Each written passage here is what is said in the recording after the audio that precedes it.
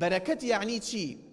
سەرەتا خۆشەویستان بەرەکەت بە چاو نابینرێت، بەرەکەت بە چاو نابینرێت و بەرەکەت لە ئاسمانەوەدا دەبەزێت، بەرەکەت لەلایەن خواوەیە، وەکو پێغەمبەر دەفەرمێت عەلەیهی سەڵات وەسەلام ئەلبەڕەکەت من الله، بەرەکەت دەبێت لە خودا داوایکەی، چونکە لەلایەن خواوەیە، خوای گەورە خاوەن بەرەکەتە و لە ئاسمانیشەوەدا دەبەزێت و بە چاو نابینرێت.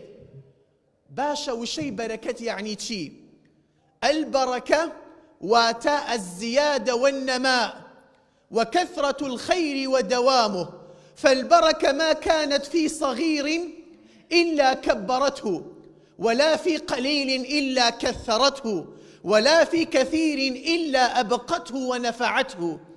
أما بركة بواتاي قشكردن ديت، بواتاي زوربون ديت لو شتا، وبواتاي بردوانبون وجيجيربوني أو شتا.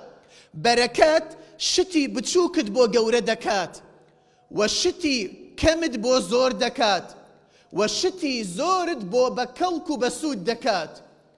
كسي واهي دو إيش دكات لبيانية ورا دكات تاوكو إيوارا وباريكي باشي دز دكويت، بلام دليت قرزارم دايم بولا بوليتي وقليتي خو باريه باشي دز دكوي، بلام سبحان الله او باريه بركتي خواي قوري لقلدانية بويا دايم تشاو برسي وزق برسية.